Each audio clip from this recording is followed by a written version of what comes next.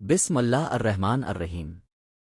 فخر موجودات نامدان کائنات حضرت محمد کی زندگی صرف مسلمانوں ہی کے لیے نہیں بلکہ غیر مسلموں کے لیے بھی مشعل راہ ہے۔ آپ کی ذات اقدس جس طرح سراپا قربانی، حلم اور برداشت ہے، اسی طرح شجاعت، استقامت، ثابت قدمی اور وقار میں بھی آپ کی کوئی مثال نہیں۔ ناظرین گرامی، نبی مکرم کے صبر و تحمل کا یہ عالم تھا کہ آپ کو نہایت کم مواقع پر غصے کی حالت میں دیکھا گیا۔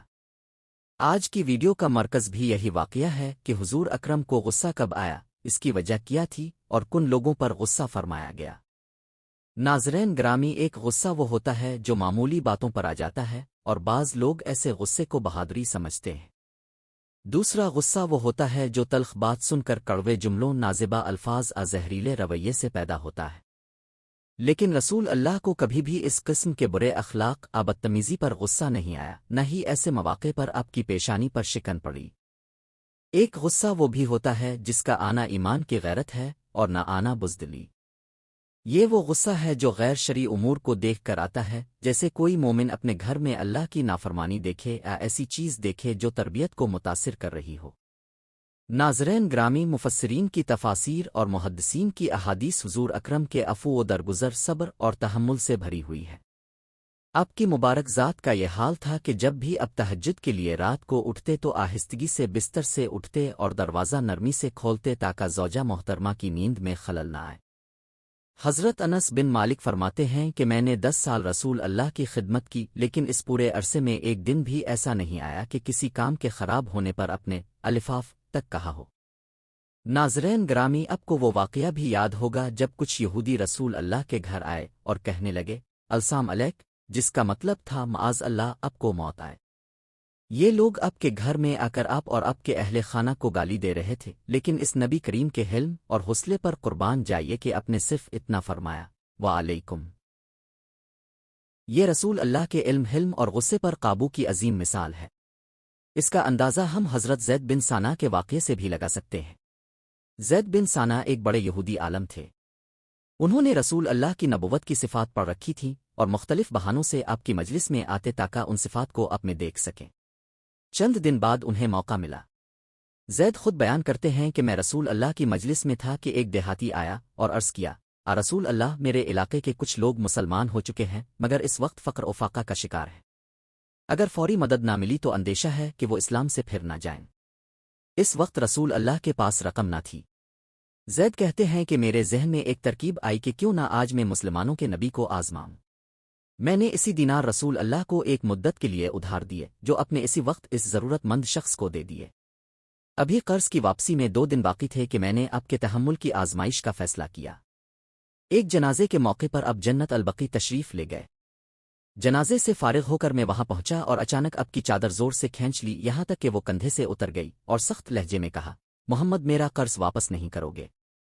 تم بنو عبد المطلب والے قرض ادا کرنے میں دیر کرتے ہو۔ یہ انداز، اور وہ بھی مدت سے پہلے، کسی بھی شخص کو غصہ دلانے کے لیے کافی تھا۔ صحابہ آگے بڑھے اور زید کو سزا دینا چاہی، مگر رسول اللہ کا ردن عمل دیکھیے۔ اتنی سخت بات سننے کے باوجود اپنے غصہ نہ کیا بلکہ چہرے پر مسکراہٹ رہی۔ اپنے حضرت علی سے فرمایا، علی، تمہیں چاہیے تھا کہ تم مجھے کہتے کہ میں اس کا قرض خوش اسلوبی سے ادا کروں اور اسے سمجھاتے کہ قرض کا مطالبہ اچھے طریقے سے کرے۔ پھر فرمایا، علی، جاؤ اور اس کا قرض ادا کرو، اور چونکہ اس نے ہمیں ڈرایا ہے اس لیے اسے 20 سا کھجور زیادہ دینا۔ زید یہ سب سن رہا تھا اور حیران تھا۔ حضرت علی اسے ساتھ لے کر بیت المال گئے، قرض ادا کیا اور زائد کھجور بھی دیں۔ زید نے پوچھا، علی، کیا تم مجھے پہچانتے ہو؟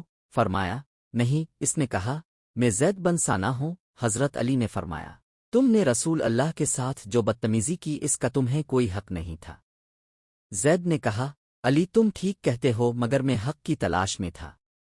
میں نے رسول اللہ میں نبوت کی تمام نشانیاں دیکھ لی تھیں، صرف 2 باقی تھیں جو حلم اور بردباری سے متعلق تھیں، اور آج میں نے وہ بھی دیکھ لیں۔ بلا شبہ آپ آخری نبی ہیں۔ میں گواہی دیتا ہوں کہ میں سچے دل سے اسلام قبول کرتا ہوں۔ پھر اس نے کلمہ پڑھا اور صحابیت کا شرف حاصل کیا۔ ناظرین گرامی، حضور اکرم کے صبر و تحمل پر اللہ تعالیٰ بھی ناراض ہوئے۔ ایک موقع پر امام احمد بن حنبل نے مسند احمد حدیث نمبر 6703 جلد 6 صفحہ 252 میں روایت کیا ہے کہ حضرت عبداللہ بن عمر بیان کرتے ہیں، میں اور میرا بھائی مسجد میں گئے جہاں رسول اللہ تشریف فرما تھے۔ صحابہ قرآن کی ایک آیت کے بارے میں گفتگو کر رہے تھے اور اختلاف بڑھ گیا یہاں تک کہ آوازیں بلند ہو گئیں۔ جب نبی مکرم نے یہ آوازیں سنیں تو غصے کی حالت میں باہر تشریف لائے۔ آپ کا چہرہ مبارک سرخ ہو گیا اور آپ مٹی پھینکتے ہوئے فرما رہے تھے، رک جاؤ، تم سے پہلی امتیں اسی وجہ سے ہلاک ہوئیں کہ انہوں نے اپنے انبیاء کے سامنے اختلاف کیا اور اپنی کتابوں کے حصوں کو ایک دوسرے کے مقابل کھڑا کیا۔ یاد رکھو، قرآن اس لیے نازل نہیں ہوا کہ اس کے ایک حصے کو دوسرے کے خلاف استعمال کرو، بلکہ وہ ایک دوسرے کی تصدیق کرتا ہے۔ جس بات کا علم ہو اس پر عمل کرو، اور جو معلوم نہ ہو اس کے عالم سے پوچھ لو۔ اللہ اکبر۔